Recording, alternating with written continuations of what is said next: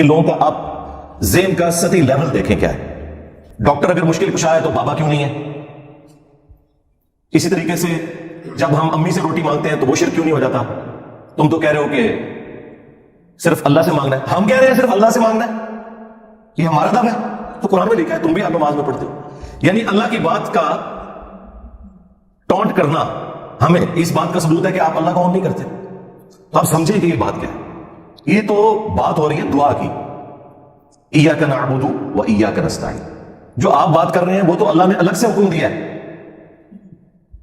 وَتَعَاوَنُوا عَلَى الْبِرِّ وَالتَّقْوَى وَلَا تَعَاوَنُوا عَلَى الْإِثْمِ وَالْعُدْوَانِ.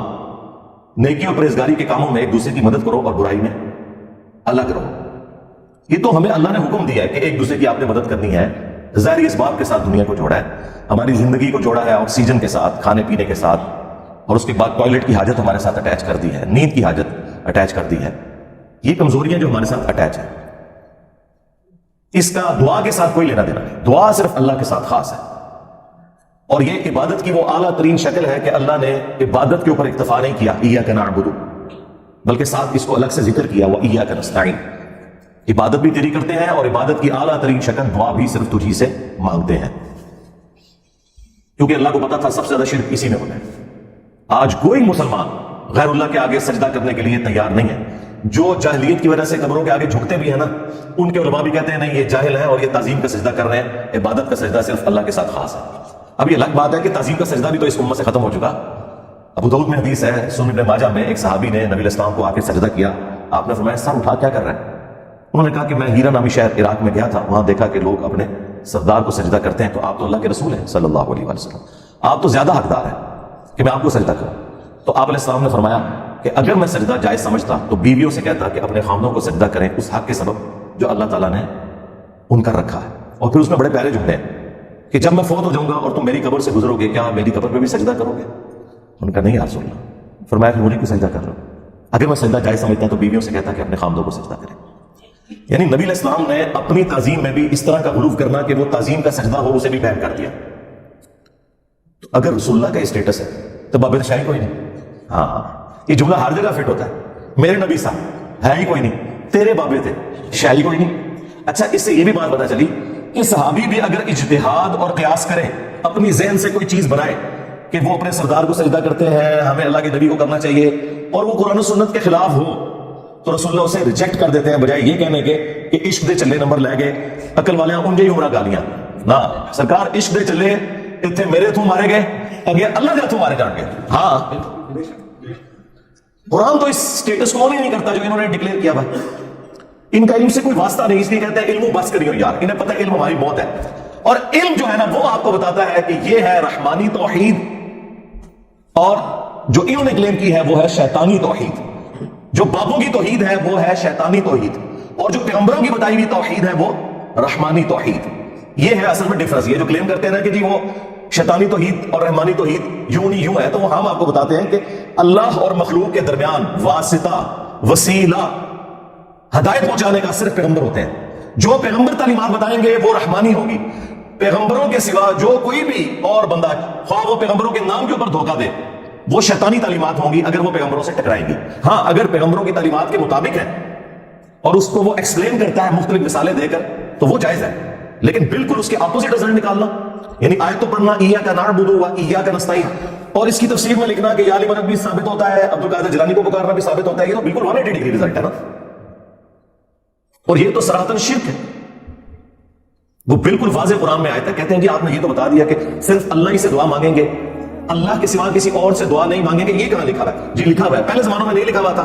پہلے آپ کے اوپر کوئی اللہ نے ایسی چیز مسلط نہیں کی تھی جو آپ کے ان شیطانی وسوسوں کا علاج کرتی. اب اللہ نے مسلط کر دی ہے.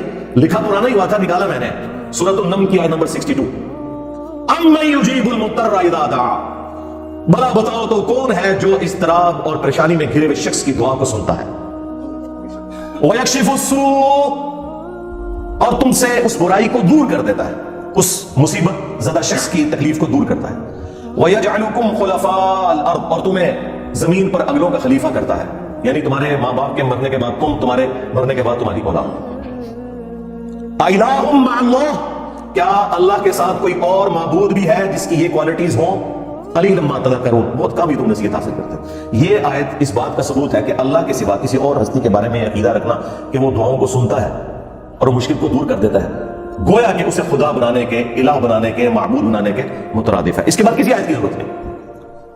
اہل تشیع کے ہاں صبح و شام کے اذکار میں یہ آیت موجود ہے، لیکن وہ عربی میں پڑھتے رہے۔ جب ہم نے اسے ہائی لائٹ کیا، سینکڑوں نہیں ہزاروں شیعہ نے شرک چھوڑ دیا، اور انہوں نے کہا ہمیں تو پتہ ہی نہیں تھا۔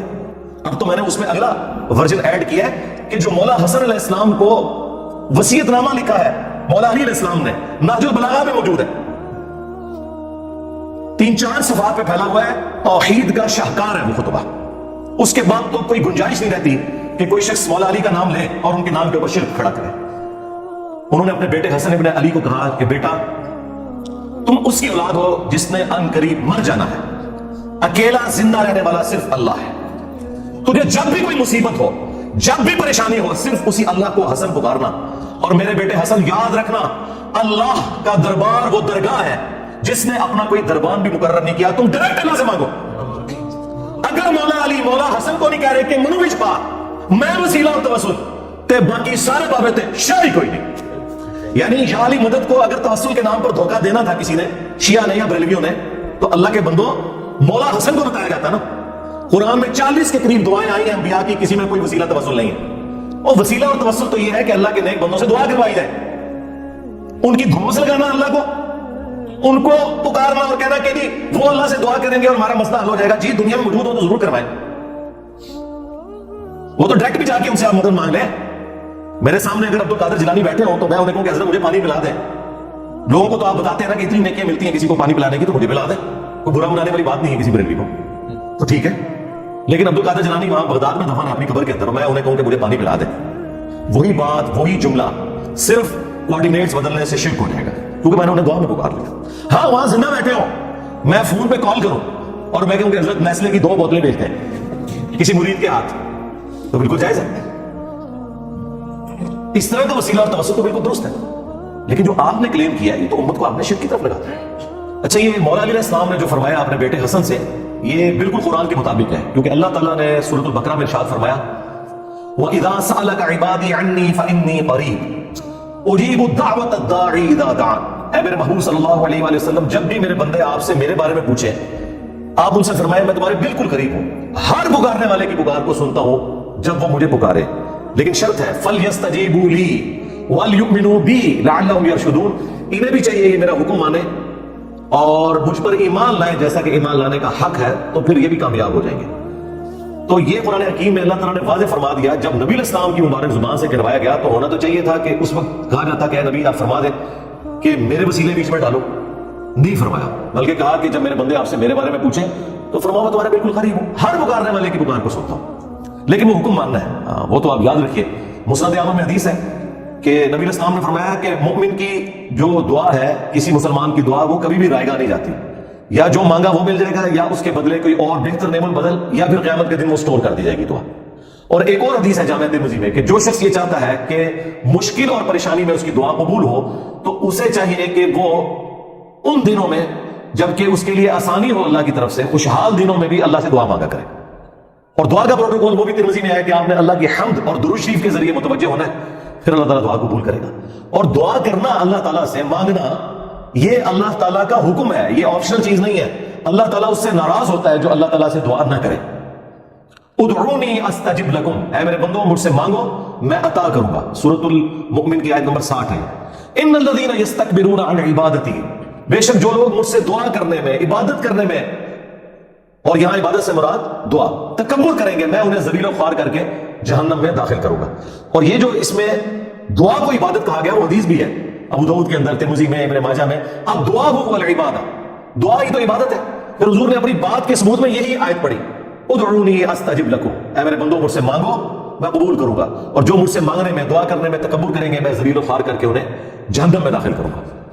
اللہ وہ بادشاہ اور شہنشاہ ہے کہ جس سے نہ مانگا جائے تو وہ ناراض ہو جاتا ہے، اور دنیا کے بادشاہ وہ ہیں جن سے مانگا جائے تو وہ ناراض ہوتے ہیں۔ یہ جناب فرق ہے۔ تو مولا حسن علیہ السلام کو جو مولا علی نے وصیت کی تھی وہ عین قرآن کے مطابق تھی، الحمدللہ۔ اگر یہ چیز آپ کی مان لی جائے تو اس پلانٹ ارتھ پہ سب سے بڑا اگر کوئی مشکل کشا ہے نا مخلوقات میں تو وہ سورج ہے۔ سورج کی وجہ سے زمین پہ زندگی آباد ہے، ساری فصلیں سورج کی وجہ سے اگتی ہیں، پکتی ہیں، ان کو جانور کھاتے ہیں، ہم کھاتے ہیں، جانوروں کو ہم کھاتے ہیں. یہ سب کا سب نظام، دنیا میں ہواؤں کا چلنا، بارش کا برسنا، گلیشیئرز کی فارم میں پانی کا سٹور ہونا، پھر سورج کی تپش سے اس کا پگھلنا اور وہاں تک پہنچنا بھی ایویپوریٹ ہو کے سمندر سے، یہ سب کچھ سورج کی وجہ سے. موسم بھی سورج کی وجہ سے بدلتے ہیں. سورج ختم ہو جائے اس زمین پہ زندگی ختم ہو جائے. آج تک ہمیں کبھی وہم بھی آیا کہ ہم سورج کو مدد کے لیے پکارے؟ نیور. ہم کہتے ہیں اللہ نے اسے کام میں لگایا. اگر تمہارے بابے کو کام کر بھی رہے ہیں، سپوز یہ جھوٹا عقیدہ for the sake of argument مان بھی لیا، تو کرنے دو ان کو یار. کیوں پکارتے ہو؟ اللہ کو پکارو. بارش کون برساتا ہے؟ اللہ. ڈیوٹی کس کی ہے؟ فرشتوں کی. اگر ہم فرشتوں سے بارش مانگیں گے، اور اللہ کے فضل سے آج تک کسی شیعہ بریلوی نے نہیں مانگی، نہ ان کے کسی مولوی نے، انہوں نے میری سیدھی مانگنا شروع کر دیں کہ میکائیل بارش برسا دو کہ گرمی کا موسم قریب آ رہا ہے. نہ، یہ کام نہیں ہو سکتا.